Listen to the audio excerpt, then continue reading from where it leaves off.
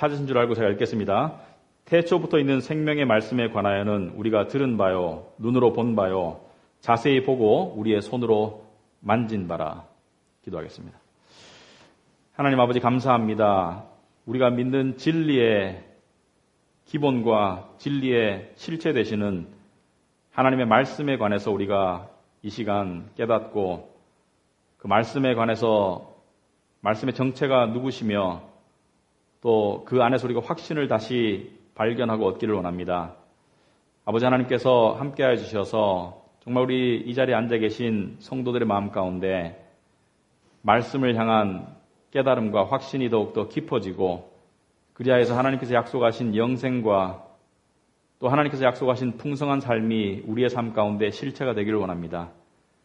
그리고 말씀에 우리의 삶을 맡김으로 말미암아 주 뜻대로 하옵소서라는 고백이 우리의 삶의 고백이 되기를 원하오며 우리의 삶을 주께 맡기고 또 믿음으로 말미암아 우리가 이 세상에서 요동치 아니하고 또 평강과 또 하나님의 주시는 만족과 또 기쁨을 누리는 삶을 살 수 있도록 인도하옵소서.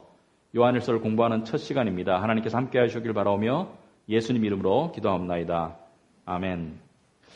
여러분 그 주보에 보시면 제가 그 요한일서에 관한 이 설명을 처음 시간이기 때문에 이렇게 또 간략하게 적어 놓았습니다. 보시고 참고하시기 바랍니다. 요한일서는 말 그대로 요한이 쓴 책이 요한일서입니다. 그래서 요한은 요한복음과 요한 1, 2, 3서 그 다음에 요한계시록을 썼는데 요한일서는 약 AD 90년 전후쯤에 쓰여졌다고 그렇게 알려져 있습니다. 그래서 요한계시록보다 약 5년이나 10년 앞서서 쓰여진 것이 요한일서입니다.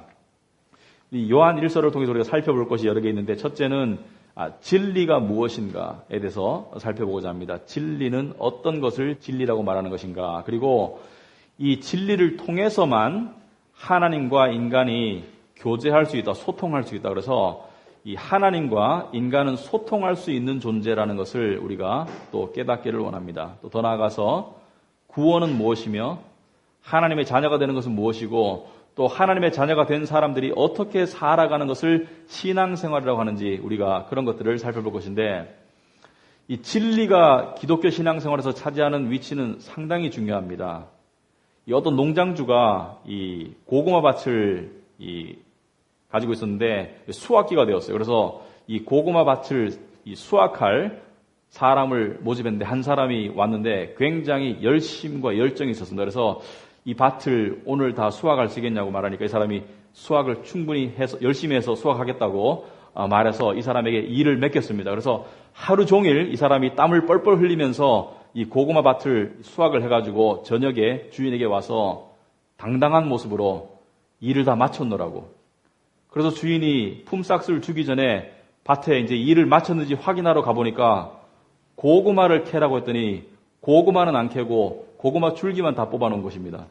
그래서 고구마가 어딘지도 모를 정도로 고구마 밭을 이렇게 만들어 놓았습니다. 그래서 주인이 하는 말이 열심히 했지만 완전히 잘못됐다. 고구마를 캐라고 그랬지 누가 고구마 줄기를 다 끊어놓으라고 그랬느냐. 그래서 열심과 열정이 진리와 만나지 못하면 엄청난 잘못이 됩니다. 예수님께서 마태복음 7장 21절에 이렇게 말씀하셨습니다. 나더러 주여 주여 하는 자마다 다 천국에 들어갈 것이 아니요 다만 하늘에 계신 내 아버지의 뜻대로 행하는 자라야 들어가리라. 그날에 많은 사람이 나더러 이르되 주여 주여 우리가 주의 이름으로 이것도 하고 저것도 하고 하였는데 예수님께서 뭐라고 말씀하십니까? 불법을 행하는 자들아 내가 너를 도무지 알지 못한다고 말씀하셨습니다. 무슨 뜻이냐면 우리가 신앙생활에 열심을 내는 것보다 더 중요한 것이 진리를 아는 것입니다. 진리를 알 때 열심히 따라갈 수 있는 것이지 진리를 모르고 열심을 내면 나중에 주님께서 내가 너를 모른다라고 말하는 사람들이 여기 보면 많다고 하죠. 오늘날 많은 사람들이 교회를 다니고 많은 사람들이 주일날 예배를 드리지만 많은 사람들이 우리나라뿐만 아니라 많은 사람들이 이때 이 날이라는 것은 예수님께서 다시 오셔서 알곡과 쭉정이를 나누는 그날에 이단들뿐만이 아니라 기성교회에 있는 안의 사람들조차도 예수님께서 말씀하시기를 내가 너를 알지 못한다고 하실 경우가 많다는 것을 이야기하고 있습니다. 무슨 뜻입니까? 이들이 아버지의 뜻대로 행하지 아니하였다. 그러면 아버지의 뜻은 무엇인가? 아버지의 뜻은 진리를 알고 진리를 통해서 당신의 아들을 믿고 영생을 얻는 것이 아버지의 뜻입니다. 그래서 오늘부터 우리가 진리란 무엇인가에 대해서 살펴보고자 합니다. 그래서 오늘 1장 1절에 보면 태초부터 있는 생명의 말씀에 관하여는 우리가 들은 바요, 눈으로 본 바요, 자세히 보고 우리의 손으로 만진 바라 라고 되어 있습니다. 여기 보면 태초부터 있는 생명의 말씀이라는 단어가 나옵니다. 생명의 말씀, the word of life. 생명의 말씀인데 이 말씀이 태초부터 계셨다. 이 한 구절 안에 엄청난 기독교의 비밀이 들어있습니다. 이 한 구절 안에 창조의 비밀, 하나님은 누구신지, 하나님과 인간은 어떻게 서로 의사소통을 할 수 있는지, 구원의 비밀, 모든 것이 이 한 구절 안에 다 들어있습니다.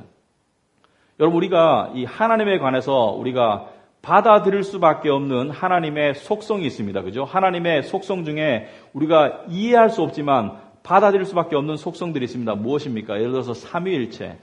하나님은 성부 하나님이고 성자 예수님이고 성령님이신데 이분이 같다는 것이죠. 세 분의 인격이 있지만 한 하나님이다. 마치 물이 같은 물이라는 본질이지만 고체 상태로 존재할 수도 있고 얼음으로, 액체 상태로 존재할 수도 있고 기체 상태로 존재할 수도 있듯이 액체 상태나 고체 상태나 기체 상태로 모양은 다르게 존재하지만 결국은 물이라는 하나의 본질이듯이 하나님도 하나님 아버지 그리고 예수 그리스도 성령님 세 분의 인격이 있지만 결국에는 하나님 한 분 동일하다는 것을 이야기하고 있습니다. 그런데 이 말씀에 관해서 오늘 요한이 이야기하는 것은 세 가지를 이야기하고 있습니다. 첫째는 말씀이 태초부터 계신 생명의 말씀이다. 이게 무슨 뜻입니까? 태초라는 것은 세상 시작을 말합니다. 태초라는 것은 세상이 만들어진 창세기 1장 이전의 시기를 말합니다. 그러므로 세상이 만들어지기 전에 말씀이 그때 계셨다는 것을 이야기한다. 그래서 여기서 요한은 말씀을 어떤 음성이나 어떤 생각의 전달의 수단이나 어떤 느낌의 전달의 수단으로서의 언어가 아니라 하나의 존재, 하나의 살아계신 어떤 존재로서 설명한다는 것을 알 수 있습니다. 이것이 우리의 말과 우리의 일반적인 말에 대한 개념과 성경 속의 말씀의 개념이 틀린 부분입니다. 성경 속의 말씀도 우리에게 하나님의 음성을 전달하고 하나님의 생각과 하나님의 느낌을 전달하지만 성경 속에 나와 있는 말씀은 그 이상의 것임을 이야기한다. 성경 속에서 말하는 말씀은 생명의 말씀이다. 여기서 말하는 생명은 불멸의 말씀이다. 죽음이 없는 생명의 말씀이다. 요한은 요한복음 1장에서 이 말씀을 이렇게 소개합니다. 여러분 주보에 나와 있지만 태초부터 말씀이 계시니라. 같은 내용이죠. 태초부터 있는 생명의 말씀은 요한일서 1장 1절에 태초부터 있는 생명의 말씀을 요한복음 1장 1절에서 태초의 말씀이 계시니라. 이 말씀이 하나님과 함께 계셨고 이 말씀이 곧 하나님이다라고 말씀하고 있습니다. 그래서 요한은 이 말씀이 단지 말씀이 아니라 이 말씀이 살아계신 생명이고 하나님과 동등됨을 이야기하고 있습니다. 이것이 기독교의 굉장히 중요한 진리 중에 하나입니다. 말씀이 하나님이 당신을 동일하게 나타낸 것이 말씀이다. 여기에는 두 가지 의미가 내포되어 있습니다. 첫째는 하나님을 알 수가 있다는 것이죠, 인간이. 말씀을 통해서 하나님을 알 수 있고 하나님과 교제할 수 있다는 것을 이야기한다. 그래서 좀 어렵게 말하면 영어 단어 중에 know라는 단어가 있어요. know, I know him. 그를 안다는 뜻이죠, know. 그래서 knowability of God, 하나님을 알 수 있다라는 속성이다. 하나님을 알 수 있다. 무엇을 통해서? 말씀을 통해서 하나님을 알 수 있고 더 중요하게는 하나님을 알지 못하면 우리는 자신을 알 수가 없어요.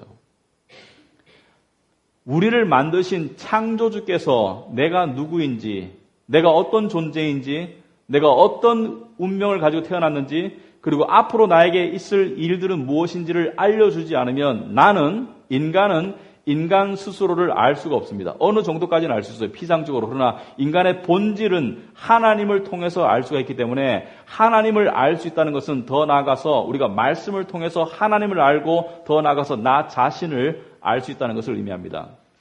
두 번째로 말씀과 하나님이 동일하다는 것은 말씀을 벗어나서는 하나님을 제대로 알 수 없다는 것을 이야기한다. 굉장히 중요한 내용입니다. 왜냐하면 오늘날 많은 사람들이 신앙생활을 하지만 말씀을 중심에 놓고 하나님을 알아가기보다는 자기의 생각이나 자기의 느낌이나 또 자기 삶의 상황이나 또는 계시나 꿈이나 또는 다른 사람들이 자기에게 주는 예언을 통해서 하나님을 알려고 합니다.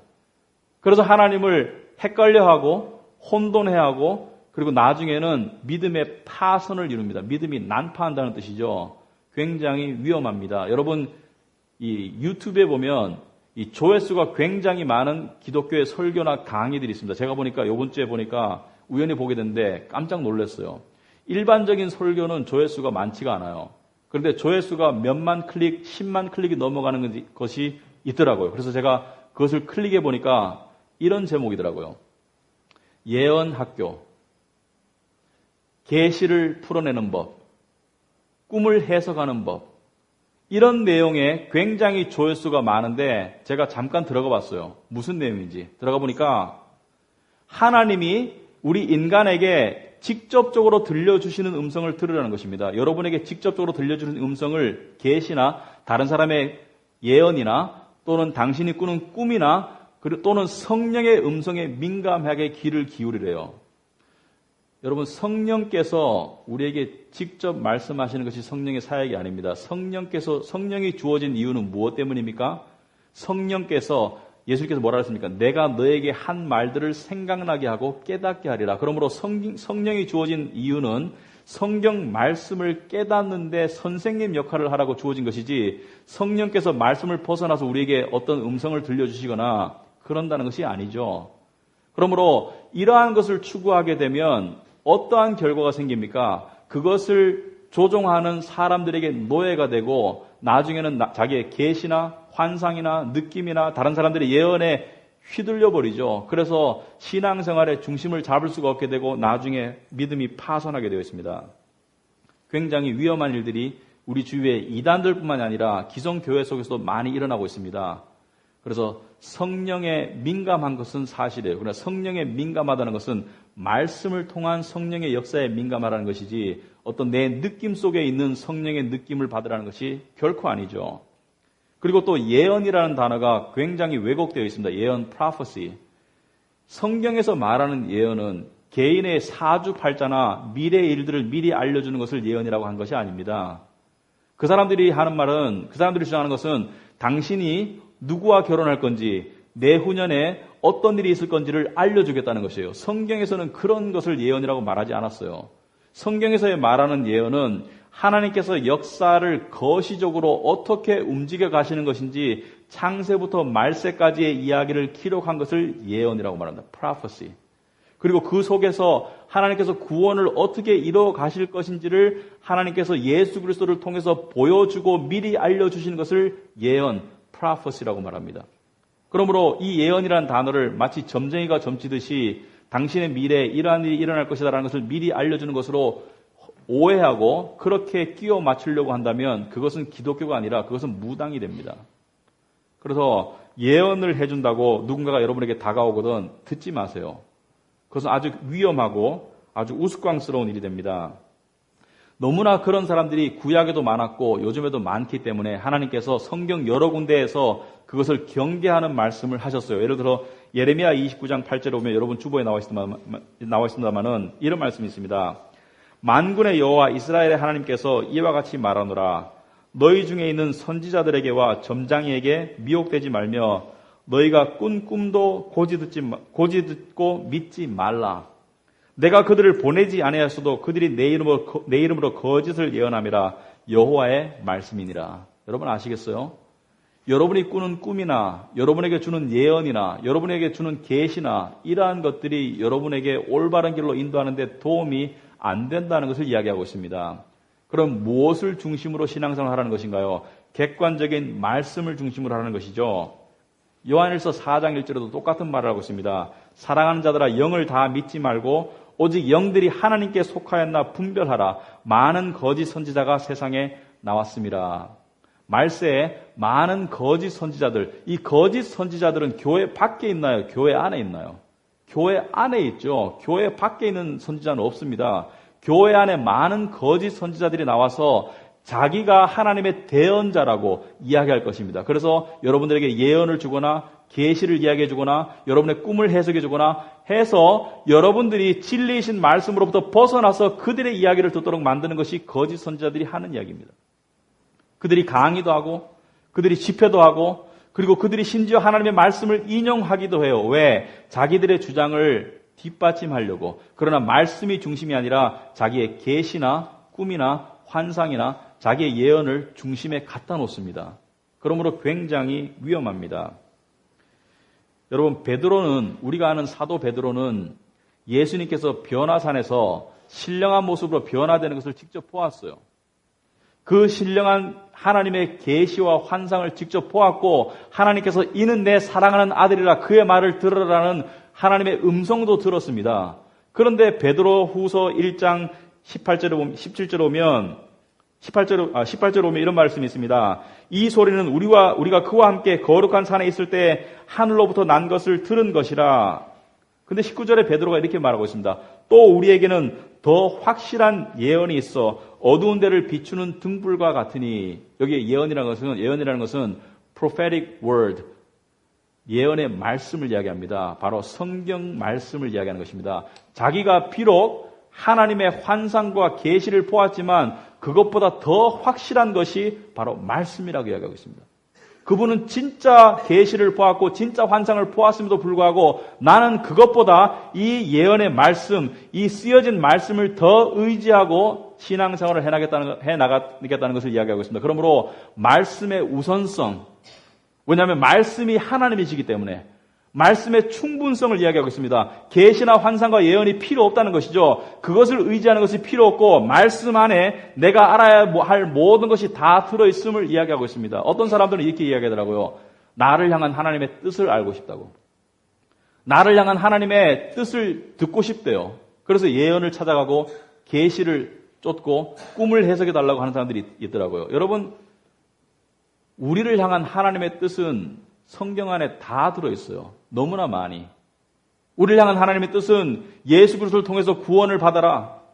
그리고 말씀을 통해서 성화를 이루어라. 그리고 가족 간의 관계에서 아내를 사랑하고 남편을 공경해라. 목사는 성도들에게 주장하는 자가 되지 말고 본을 보여서 그들로 하여금 예수 그리스도를 쫓도록 하라. 성경 속에 돈을 사랑하지 마라. 그리고 너의 소망을 오실 예수 그리스도에 두어라. 성경 속에 하나님께서 무궁무진하게 우리를 향한 당신의 뜻을 다 써놓았음에도 불구하고 왜 하필 나를 향한 특별한 뜻을 알려달라는 것입니까? 그것은 교만이죠. 나를 특별히 대해달라는 교만이죠. 그래서 그러한 교만 가운데 오도되는 것이죠. 여러분, 누군가가 나타나서 하나님을 향한 당신의 뜻은 지금 당장 빌딩에서 뛰어내리세요라고 하면 뛰어내리겠어요? 얼토당토 않은 말을 듣고 하나님의 뜻이라고 갖다 붙여서 엉뚱한 일들을 하는 사람들을 많이 보았습니다. 굉장히 안타깝습니다. 여러분 생각해 보세요. 하나님의 뜻과 하나님의 말씀의 객관적인 뜻과 어떤 사람의 예언과 계시와 꿈이 상충될 때는 어느 것이 옳은가요? 말씀이 옳은 것이죠. 저에게도 제 본의와 관계없이 10여 년 전에 저보고 어떤 분이 이런 예언을 하더라고요. 흘러 들으시기 바랍니다. 제가 유럽에 선교사로 간답니다. 2000 몇 년에. 이미 저는 유럽에 가가지고 선교 활동을 하고 있어야 돼요. 그런데 여러분 성경 말씀에 야고보서 4장 14절을 보면 이런 말씀이 있습니다. 내일 일을 너희가 알지 못하는도다. 너희 생명이 무엇이냐? 너희는 잠깐 보이다가 없어지는 안개니라. 여러분 말씀이 나에게 하시는 말씀이 내일 일을 너희가 알지 못한대요. 그런데 누군가가 나타나서 나에게 몇 년 뒤에 나의 일을 이야기한다면 어느 것이 옳은 것입니까? 말씀이 옳은 것이죠. 말씀께서 내일 일을 내가 알지 못한다고 말하는데 누군가가 내일 일을 안다고 이야기하면 그 사람의 말이 틀린 것이죠. 그러므로 말씀의 객관성, 충분성에 우리가 서지 않으면 우리가 신앙생활을 옳게 할 수 없고 사람들에게 휘둘리게 되어 있습니다. 그래서 여러분 책 같은 것도 조심해서 보셔야 됩니다.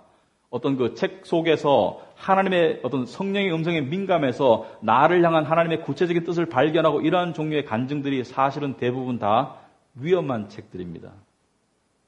왜냐하면 그러한 책들을 읽는 사람은 두 가지 반응을 나타냅니다. 첫째는 나도 저렇게 민감해서 하나님의 뜻을 알고야 말리라. 안 되죠, 잘 해보니까. 둘째는 어떻게 돼요?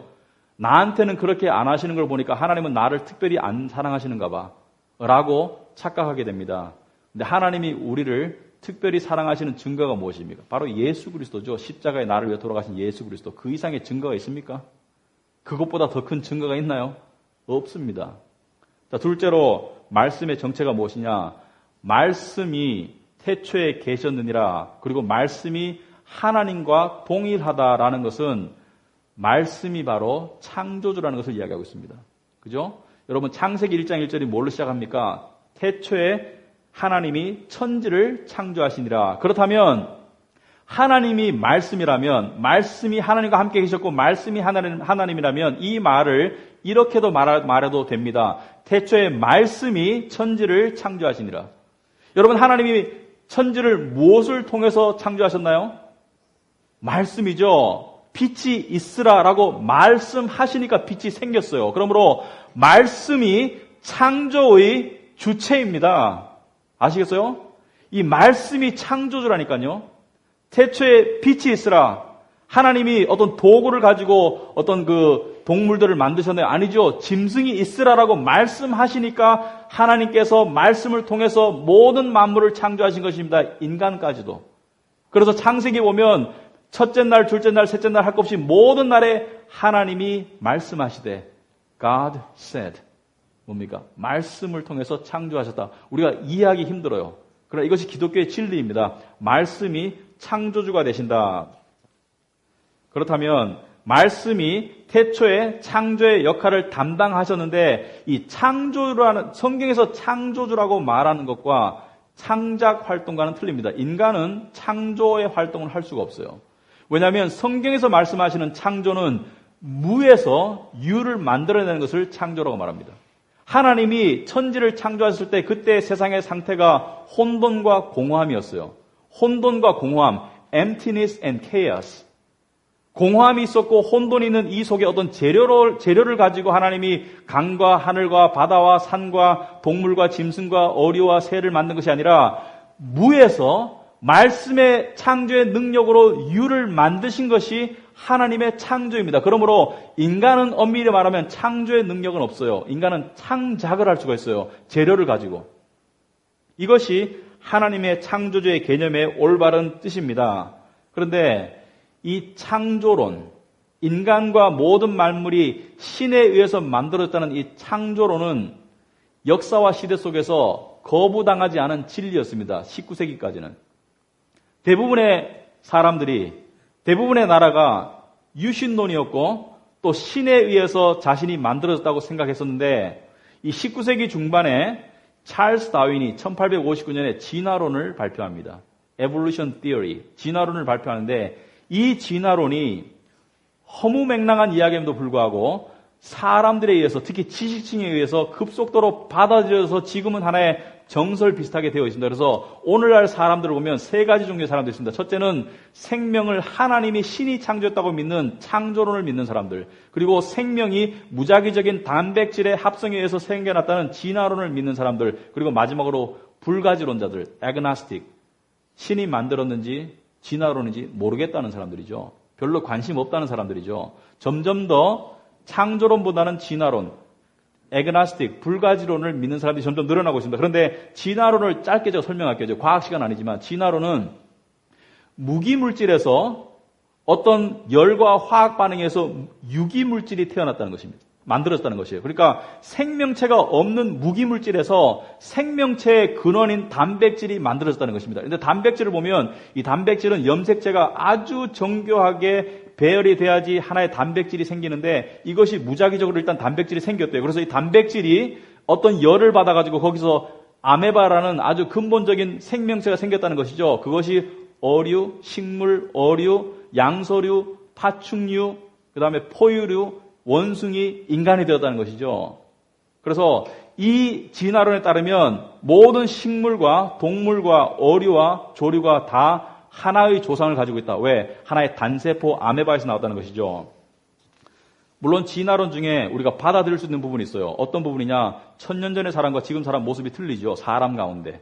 예를 들어서 아프리카에 사는 사람들은 아프리카라는 환경에 적응하다 보니까 검어졌고, 유럽에 사는 사람들은 북유럽의 추운 날씨 때문에 코가 뾰족해지고, 그 다음에 햇빛을 많이 못 받으니까 얼굴이 하얘졌어요. 이것을 라마르크의 용불용설이라고 그러죠. 쓰는 기관, 환경에 따라서 기관과 모양과 형태가 변한다는 것이죠. 이것은 창조적 진화론입니다. 하나님이 만드셨지만 종 속에서 인간의 변천사, 원숭이의 변천사, 식물의 변천사를 설명하는 이론으로서는 맞아요. 그러나 이 진화론은 근본적으로 생명의 발생을 하나님께 두지 않고 무자기성에 두고 있으며, 그리고 종과 종 사이를 넘나든다고 이야기하는 것입니다. 그런데 허무맹랑한 이야기이기 때문에 과학적으로 여러 가지 이것을 반박하는 이론들이 많이 있지만, 지금 과학 시간 아니잖아요. 설교 시간이기 때문에 제가 한두 개만 설명을 드리겠습니다. 만약에 원숭이가 인간이 되었다면, 원숭이가 인간으로 진화했다면 지금도 진화는 계속 되어져야 합니다. 그렇다면 지금도 원숭이와 인간 사이의 진화의 과정을 거치는 모습들이 살아있어야 되겠죠. 그래서 좀 원숭이에 가까운 사람도 존재해야 되고, 좀 사람에 가까운 원숭이도 존재해야 되고, 그리고 사람도 지금 점점 진화해야 되는데 진화하고 있나요? 아니죠. 종과 종 사이의 진화는 없어요. 왜냐하면 하나님이 처음부터 종과 종을 구별해서 만들었기 때문에 물고기가 사람이 될 수가 없는 것입니다. 그 둘째로 여러분, 그 진화론은 theory입니다. 가설이죠. 그러므로 법칙이 아니에요. 과학적으로 증명된 적이 없습니다. 그런데 진화론을 반박하는 많은 학설들이 과학적으로 실험되고 증명된 적이 있습니다. 예를 들어서 파스테르라는 분 아시죠? 파스테르 우유 먹으니까 파스테르 아시겠죠? 파스테르는 19세기에 프랑스의 이 생물학자입니다. 이 파스테르가 여러 가지 실험을 통해서 이 생명 발생설이라는 이 설을 발표했습니다. 무슨 뜻이냐면, 모든 생명체는 반드시 그 생명체의 모체에서만 발생된다는 것이죠. 그러니까 생명체가 무기물질에서 나올 수는 없고, 모든 생명체는 생명체로부터 발생된다. 그러므로 이 생명체는 생명체로부터, 그러면 최초의 생명체는 어디서 나왔느냐? 하나님께서 창조하셨다는 것이죠. 무엇을 통해서? 말씀의 능력을 통해서. 그런데 이 진화론이 왜 허무맹랑함에도 불구하고 이렇게 급속도로 받아들였는지에 대한 배경을 여러분이 좀 아시는 것이 필요합니다. 이런 이야기 잘 들을 수 없죠, 그죠? 그러니까 한번 들어보시기 바랍니다. 여러분, 19세기 이전에 유럽 사회는 유신론적인 사회였죠. 특히 가톨릭, 개신교, 하나님을 믿는 그런 유신론적인 사회였습니다. 그러므로 무신론의 자리가 별로 없었어요. 그런데 인간이 17세기부터 과학과 이성과 정치 제도가 민주화되고, 그 다음에 의술이 발달하고 산업혁명이 나옴에 따라 인간이 점점 더 신을 벗어나려는 모습을 보입니다. 그래서 신을 배제하고, 그전에는 신정이었다면, 신에 의한 통치였다면, 신을 배제하고 인간의 합리적인 이성과 과학기술을 바탕으로 인간이 세상을 만들어 나가보자라는 움직임들이 일어나기 시작합니다. 왜 그랬을까요? 가장 큰 이유는 인간의 교만 때문이죠. 인간이 하나님을 배제하고 살아보겠다는 교만. 그리고 두 번째는 중세 사회에서 신의 이름을 통한 가톨릭에 의한 인간의 압제였죠. 여러분, 중세를 암흑기라고 그러죠. 암흑기, Dark Age. 왜 그렇습니까? 신이라는 이름을 등에 업고 많은 종교 지도자들이 사람들을 압제했어요. 정치와 결탁해서. 그래서 많은 부정부패, 그리고 사람들을 우매화했어요. 심지어 예배도 라틴어로 드리면서 사람들이 성경도 못 보게 하고, 그래서 신의 진리에 접근할 수 없도록 차단한 다음에 자기들의 입맛에 맞도록 사람들을 조종했죠. 면죄부도 갖다 팔았죠. 돈 많이 낼수록 죄를 사함받고 천국 간다고. 그렇게 종교가 썩었었죠, 가톨릭이. 그래서 그 썩은 종교를 원래의 모습으로, 원래 예수 그리스도의 순수 복음으로 돌리자는 운동이 교회 안에서 일어난 것이 종교개혁입니다. 16세기 초에. 루터, 켈빈, 즈빙글리, 이러한 사람들을 통해서 종교개혁이 교회 내에서 일어나서, 종교개혁은 변화시키자는 것이 아니에요, 개혁은.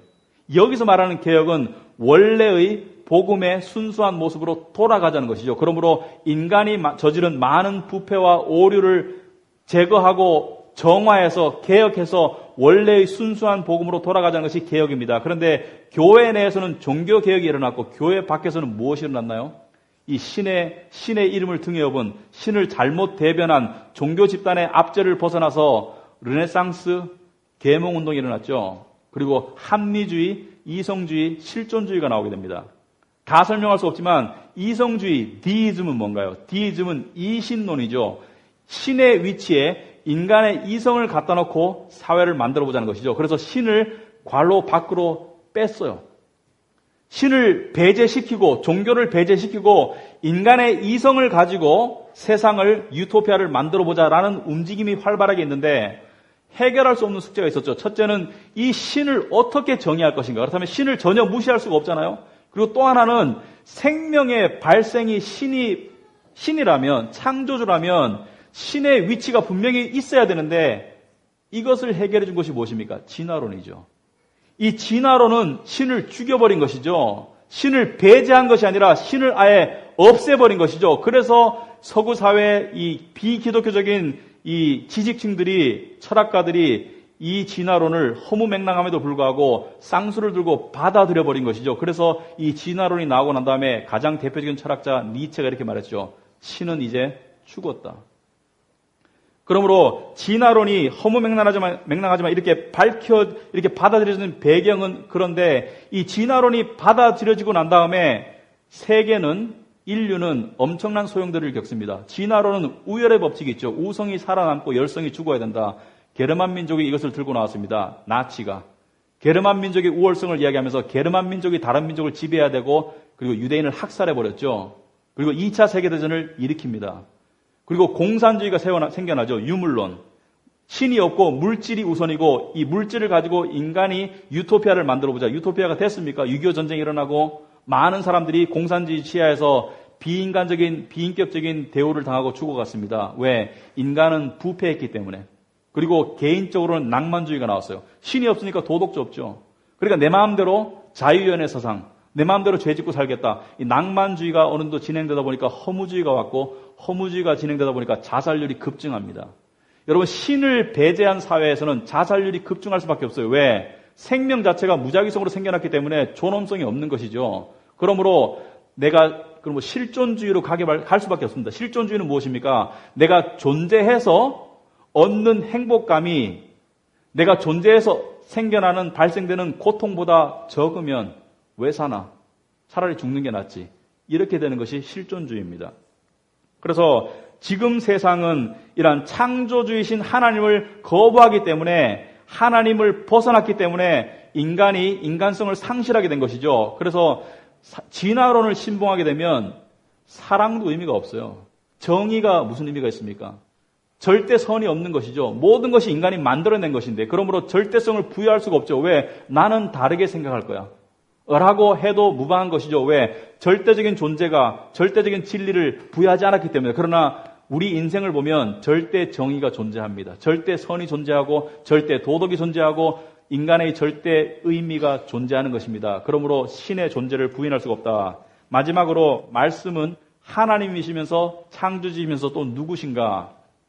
여러분 우리 논리학에 보면 A가 B이고 B가 C이면 A는 당연히 C가 되죠.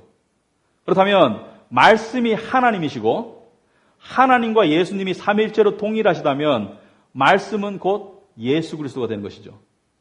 말씀이 하나님이시니까 하나님이 예수 그리스도시니까 그러므로 말씀은 예수 그리스도다라는 논리적인 등식이 성립하게 됩니다. 그래서 요한복음 1장 14절에 이런 말씀을 했죠. 요한이 말씀이 육신이 되어 우리 가운데 거하심에 우리가 그의 영광을 보니 아버지의 독생자의 영광이요 은혜와 진리가 충만하더라. 말씀이 곧 누구라고요? 말씀이 곧 육신으로 오신 예수 그리스도심을 이야기하는 것이죠. 그러므로 말씀이 하나님이고 말씀이 창조주이고 말씀이 예수 그리스도이다. 그러면 오늘 본문의 이 희한한 표현법이 해결이 된 것이죠. 오늘 본문에 뭐라고 되어 있습니까? 태초부터 있는 생명의 말씀에 관하여는 우리가 들은 바요. 상식적으로 여기까지는 이해가 돼요. 말씀을 들었다는 것은 이해가 되지만 이 말씀을 눈으로 보았다 그러고 자세히 보았다 그러고 손으로 만졌답니다.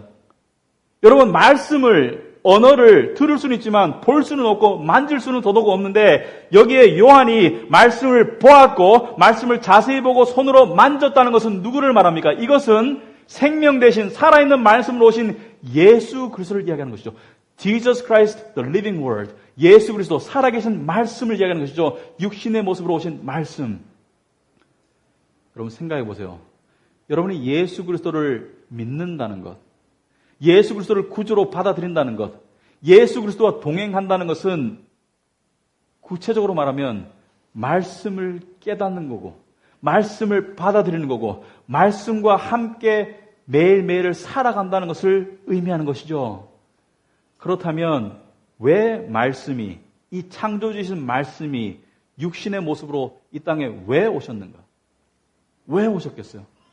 여러분, 말씀의 입장에서 한번 생각해 보시기 바랍니다. 말씀이 당신이 세상을 창조하셨어요. 생명의 세상으로, 불멸의 세상으로. 여러분, 우리는 불멸성을 예외라고 생각합니다. 왜? 우리는 죽음에 익숙하기 때문에. 다 죽기 때문에. 그러나 죽음이 예외예요. 창조에서는. 죽음이 죄 때문에 들어와서 예외의 법칙이 된 것이지 원래는 불멸성, immortality가 원래는 법칙입니다. 원래는 그것이 순리예요. 그렇다면 말씀께서 당신이 창조하신 이 생명의 세상에 죄 때문에 사망이 들어왔기 때문에 이 말씀께서 직접 이 땅에 내려오신 것은 왜 오셨을까요? 이 죽음의 생명체들을 다시 원상태로 회복시키기 위해서 오신 것입니다. 이것을 우리는 구원이라고 그래요. 그렇다면 기독교인이 된다는 것은 내가 창조받은 나의 창조의 주체이신 말씀이 나에게 오셔서 내 안에 새로운 생명을 만들어내신 것, 우리가 이것을 거듭남이라고 합니다. 거듭나게 하신 이 말씀의 능력을 통해서 하나님의 백성으로 다시 만들어진 것, 다시 태어나는 것이 기독교인이다. 그러므로 우리에게 말씀은 생명입니다. 그래서 사도 요한이 태초부터 계신 생명의 말씀이라고 말씀하고 있는 것입니다. 여러분, 잘 생각해 보세요. 오늘날 우리의 신앙생활이 정말 안타까운 모습들이 많이 있습니다. 우리의 신앙생활 가운데 무엇이 우리와 하나님 사이를 소통시키는 매개체인가요? 말씀이죠. 근데 이 말씀을 왜곡하거나 말씀을 나의 생각을 뒷받침하는 도구로 쓰는 모습 속에 또는 말씀을 이야기해놓고 세상 이야기를 하는 하나의 어떤 그 스프링보드로 사용하는 이러한 모습 속에 진리가 설 수가 없는 것이죠. 이것이 오늘 우리의 현실입니다. 그러므로 이 말씀을 제대로 깨닫고 말씀을 제대로 알아가는 것이 신앙생활에는 무엇보다도 중요한 것이고 이것이 기독교의 정수입니다. 이 말씀의 정체성, 말씀이 누구신가에 대한 설명을 여러분이 들으셨습니다. 여러분, 예수님께서 중요한 말씀을 하시고 난 다음에 이런 말씀을 하셨어요. 너희가 이것을 믿느냐? 너희가 이것을 믿느냐? 여러분, 정말 이 말씀이 하나님이시고 말씀이 창조주이시고 말씀이 살아계신 예수 그리스도의 현신이라는 것을 믿습니까? 정말 여러분이 믿는다면 이 말씀이, 이 객관적인 진리의 말씀이 여러분의 느낌이나 여러분의 생각이나 여러분의 어떤 상황보다 위에 가야 되죠. 그렇죠? 내 느낌과 말씀이 틀릴 때는 말씀이 무조건 옳은 것이죠. 내 생각과 말씀이 틀릴 때는 말씀이 무조건 옳은 것이죠. 근데 생각해 보세요. 우리가 상식적인 우리 인간의 논리나 우리 인간의 지식으로 하나님을 깨달을 수 있었다면 하나님이 말씀을 주셨을까요? 안 주셨을 거예요. 그냥 네 상식대로 깨달으라 라고 했을 것입니다. 근데 말씀을 주신 이유는 무엇입니까? 인간의 상식으로는 절대로 하나님을 옳게 깨달을 수 없기 때문에 말씀을 주셨습니다. 그런데 이 말씀의 내용이 우리에게 힘들어요. 여러분, 이 바울이 이렇게 말했습니다. 모든 말씀은 하나님의 감동으로 된 것으로 교훈과 책망과 바르게 함과 의로 교육하기에 유익하다고 했습니다. 교훈과 책망과 correction, 그 다음에 reproof, discipline, training. 여러분, 고침 받는데, 코렉트 당하는데, 남한테 이렇게 똑바로 하라고 듣는데 이게 기분이 좋겠어요? 남한테 꾸지람 듣는데 기분이 좋겠습니까? 남한테 훈련 받는데 기분이 좋겠어요? 그런데 뭐라 그랬습니까? 이렇게 훈련받은 사람에게는 의의 평강한 열매가 있다고 그랬죠. 처음에는 힘들어요, 말씀이. 그렇지만 이 말씀을 통해서 내가 고침받고, 말씀을 통해서 내가 꾸지람 당하고, 말씀을 통해서 내가 훈련받은 사람의 결과는 무엇입니까? 진정한 평강이죠. 우리가 말하는 행복이죠. 근데 우리는 거꾸로 하려고 해요. 말씀을 통해서 먼저 기분이 좋아지고 싶어요. 말씀을 통해서 이런 얘기를 듣고 싶어요. 하나님은 너의 꿈을 이루어주시는 분이다. 네가 꿈을 꾸면 하나님이 역사하셔서 이루어주실 거야. 그리고 하나님은 너를 위해서 존재하시는 분이야. 이런 이야기를 듣고 싶어요. 여러분, 창조주와 피조물의 위치가 바뀐 것이죠. 우리가 하나님을 위해서 존재하는 것이에요.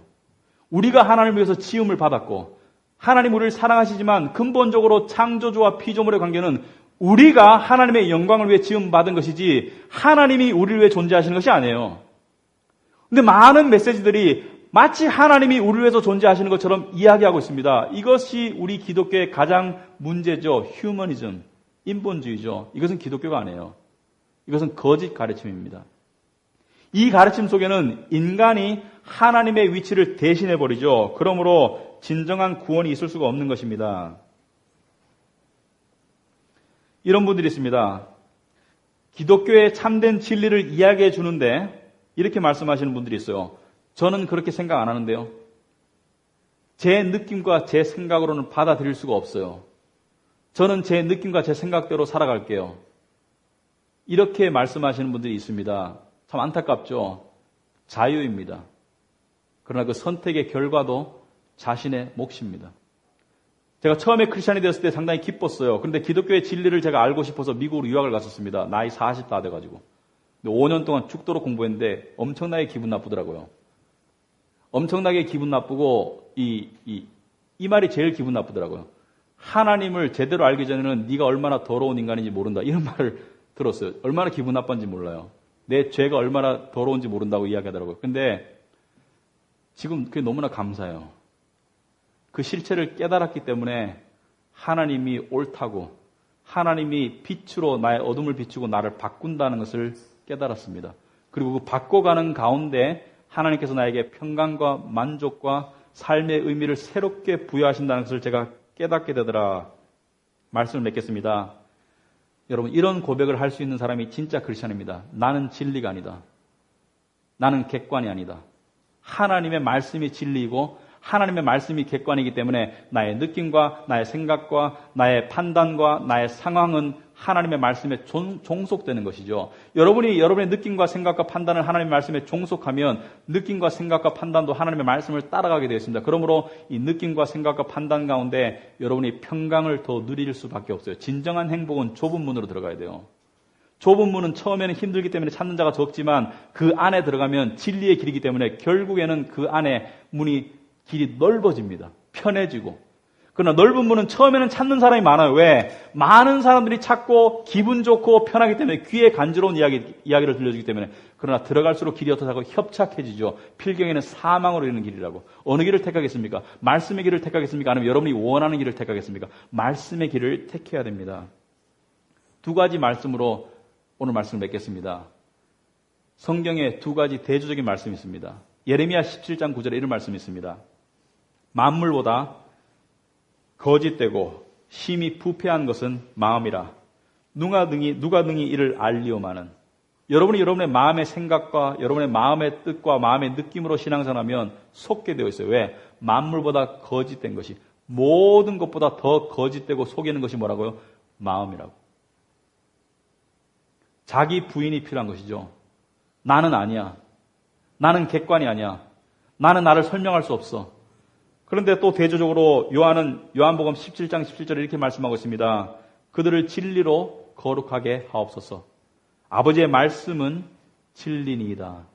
그들을 진리로 거룩하게 하옵소서. 하나님의 뜻이 거룩이라면 그들을 진리로 거룩하게 하옵소서. 이 진리가 무엇이라고요? 말씀이라고요. 이 말씀에 대한 이해, 깨달음, 그리고 그 안에 확신이 그 기독교인의 생활에 가장 중요한 근간입니다. 이것을 놓치면 그건 기독교가 아닙니다. 그건 내가복음이에요. 누가복음도 마태복음도 아니고 내가복음이 됩니다. 내가복음으로 살아가면 나중에 주님께서 난 널 모른다 그래요. 네 생각대로 열심히 했지만 난 널 모른다 그래요. 왜? 요한복음이 아니고 내가복음이기 때문에. 기도하겠습니다. 하나님 아버지, 감사합니다. 우리에게 말씀을 통해서 하나님을 알 수 있도록 허락하시고 또 말씀을 통해서 영생의 길을 보여주시고 말씀을 통해서 진리를 깨닫게 하시고 또 말씀을 통해서 하나님이 누구시며 내가 누구이며 내 인생의 존재 의미와 목적이 무엇이며 앞으로 내 인생에 일어날 일들이 어떤 일들인지 깨닫게 하심을 감사합니다. 이 말씀 가운데 우리가 알아야 될 모든 것이 충만히 들어있음을 믿습니다.